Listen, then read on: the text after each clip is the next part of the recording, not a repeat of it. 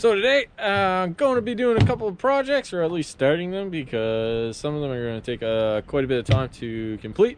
But I finished prototyping one of them and happy with the final result. So we're going to build that. I'll show you what it is to start out, and that would be the jerry can caddies for the boat. So I'm going to be showing you how I built this one, and by building the other side, which is going to be for my water cans. These ducks flew over and were very curious as to what I was getting up to on the dock. I think they were looking for food. I'm going to be cutting this all inside because the board that I'm using is actually plastic.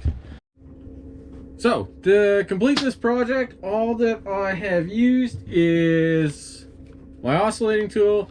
Yes, I know there's some better things to use than that, but that's what I have, and my drill with some drill bits and a driver bit in it. And then to make the curves, I actually borrowed a jigsaw.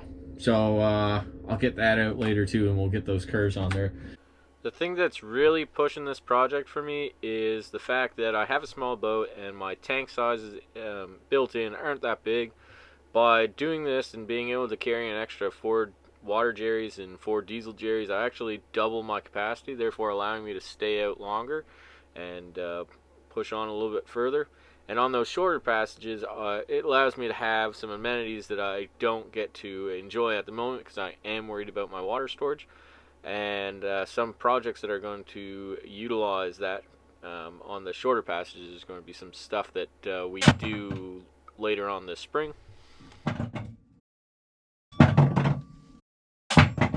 So these two parts, after they get cleaned up, are going to get screwed together like this so that we have a nice thicker piece.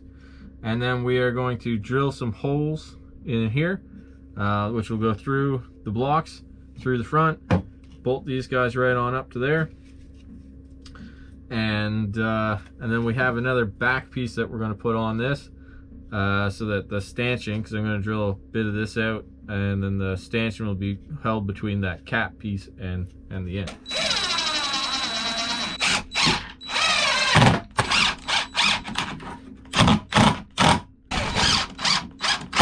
We'll be through bolting everything with some 6-inch bolts, and that's going to go through this, through the back of the end cap, and then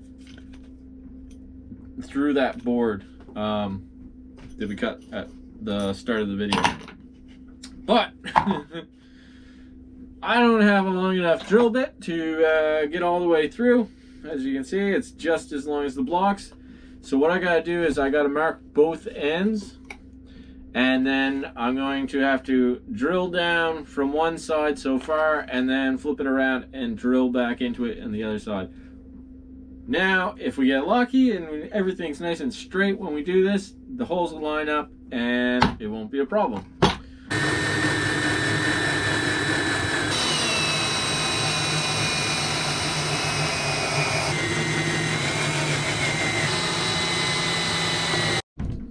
So the best method I've found to transfer these bolt holes to your end cap and to the other board is actually just to line them up where you want them and then give them a smack, and they'll actually indent the plastic, so you can just drill out those holes. That last two things for tonight anyways. How I get the round edge on the end, I actually have a can that's the exact right size, so I just trace out the bottom on the ends. On this section, I will drill a hole that favors the 4-inch block, and it'll just have a little bit of an edge on the end cap there. And I'm just going to do that with a 25/32 bit. It's a really big bit. That will have to wait till tomorrow because it's dark and cold. So we'll pick this up then. So today, it's the next day from the last project, And it is friggin' cold, so we are not going to be finishing that one just yet. I'm going to jump over to making a new halyard for my main halyard because it is stretched out. So I'm going to go get the shackle off the old halyard, and then we're going to splice that into the new halyard. Coupler system's on today. It's like minus 25 out here with the wind chill. It is damn cold.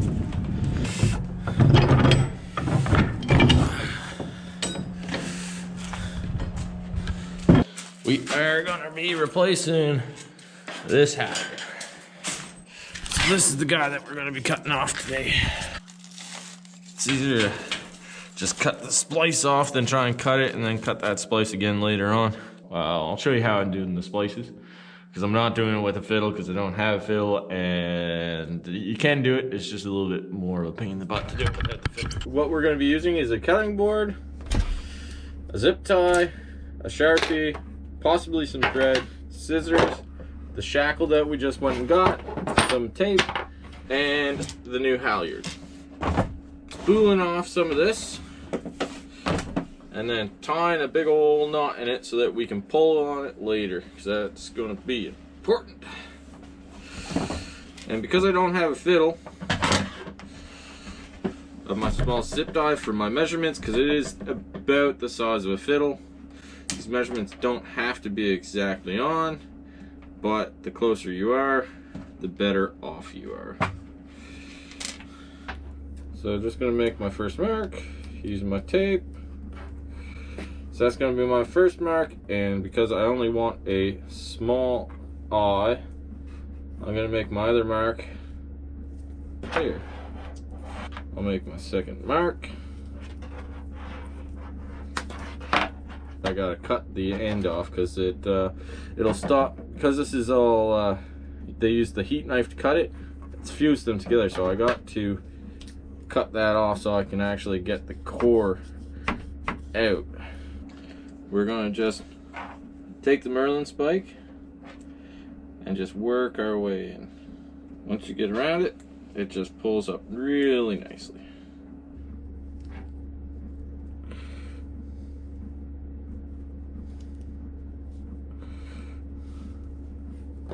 So now you're going to want to mark that spot. And now here's the part that sounds like you shouldn't do. You're going to pull the sleeve out more. You're going to want to get yourself a nice bit to work with. So we'll pull that out and we'll make our second mark about 3/4 of the way down from our fiddle, which is actually a zip tie. Let's tape this end up. Then we're going to slide our shackle on, because we're going to slide this end in through here before we pull this all back out. Don't forget to tape off this side as well for when we slide this back down. We'll slide our handy dandy zip tie down in there to give us a nice path through. So that opens up the inside of the core there for us. And we'll take the end, we'll just feed that in. Feed that right on through.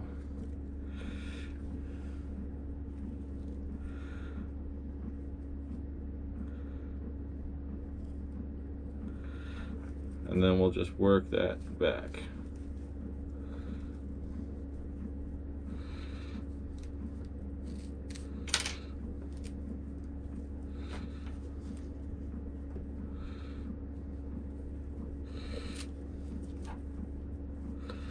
So you want to work that back to your mark, and then we are going to taper this end so that it slides in a little bit easier. And then we'll just pull that back into the sheath here. So once that's in your core, oh, be careful not to pull it out. So you don't want that sliding around on you. Trick for that can be that you take some tape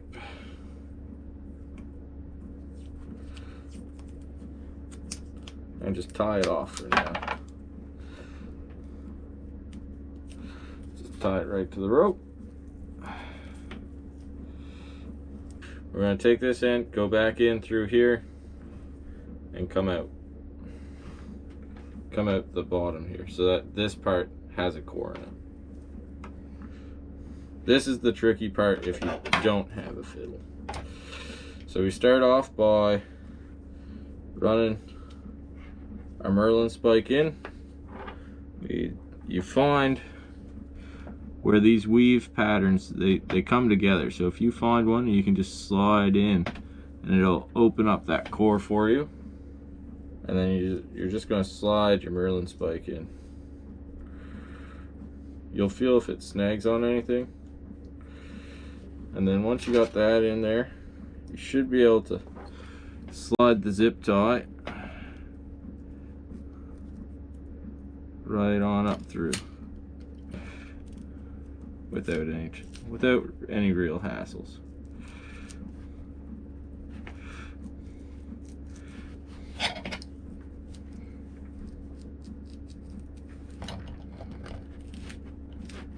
So then you're going to want to pull that out once you're past your second mark. So we're going to be pulling it out about here. So I'll pull my Merlin spike back out, and then we'll dig out the end here. Ah, there we go.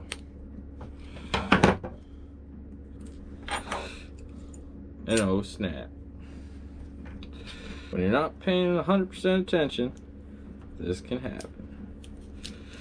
So all that happened was my shackle fell off and I failed to notice it. So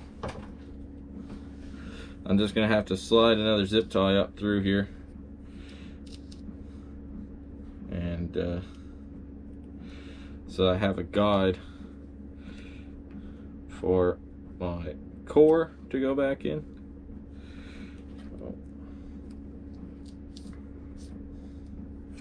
So we'll slide that back up. I'll just compress that end, slide my shackle over. We will tape this end back up, of course.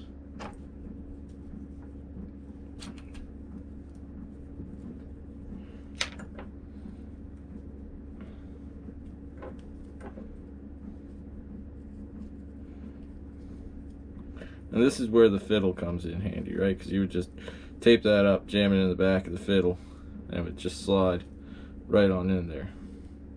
Makes it quite a bit easier, but as you can see, you can get around it.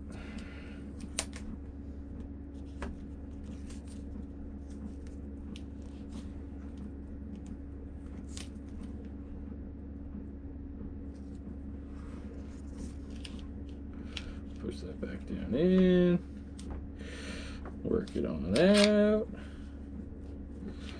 Yeah. So we're good on that end.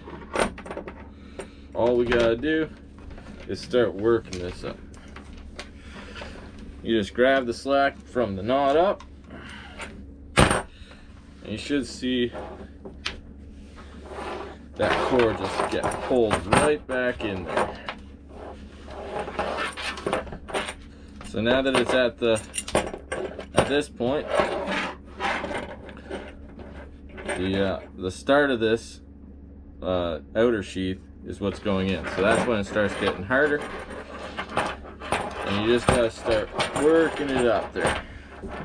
You just start pushing that line up, and it will work its way down.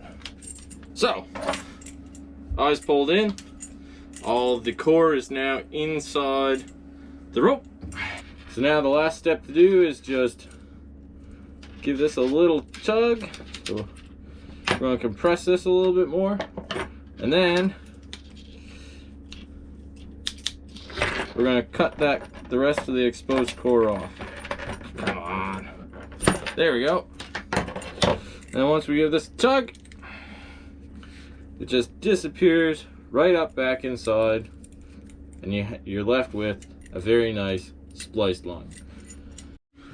So now that that's all done, I'm actually gonna make some bacon and eggs and wait for my buddy to finally get up, and then he's gonna help me feed the line in through the mast.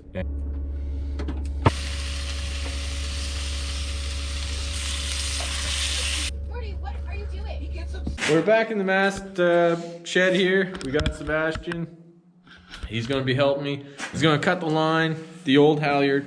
We're going to sew the new halyard onto it, tape it up, and then pull it through the mast. Sebastian's gonna feed it into me, and then we'll be good. So we're gonna pull this in, and we gotta be very careful because we don't want that thread coming apart. So it's just gonna be nice and gentle pulling it in through. All right, it's coming through the sheave. Wait. Okay. Pull it back towards you, nice and gently. Yeah, go. Okay. You're in. Ooh, just like butter. Oh yeah. So switching out that halyard went really nice and smooth, but it is still too cold today to do the jerrycan caddy. So it's supposed to warm up a little bit tomorrow, so hopefully we can finish that project off tomorrow and get that project done, because it'd be nice to get all those jerry cans out of my cockpit, up on the rail, and out of the way. So we had a little misfortune. I had to bang one of these sides down a little bit to get it to fit into place, and while I was doing that, we had a little bit of a catastrophic malfunction, and now I'm going to have to start from scratch. I'll show you what happened. I was banging it into place, and I think it's because it's so cold, the board just snapped. So missing one of the corners at a key point, so don't want to just glue that back on and call it a day, because it's going to be loading up right there, so don't want to have a weak spot built into it. So I'll just rebuild that outside board, and we'll finish that some other time. But that's going to be all for this weekend. See you guys soon, hopefully.